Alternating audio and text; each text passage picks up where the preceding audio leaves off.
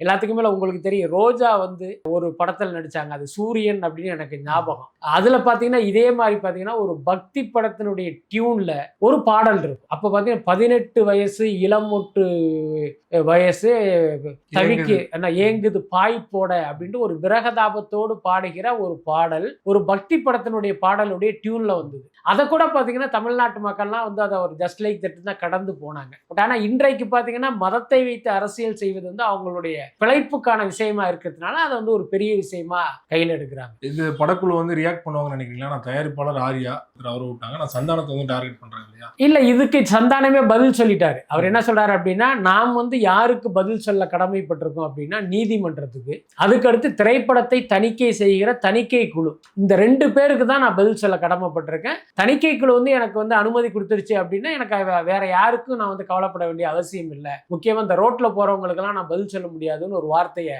பயன்படுத்தியிருக்காரு. அது ரொம்ப சரியா இருக்கும்னு நினைக்கிறேன்.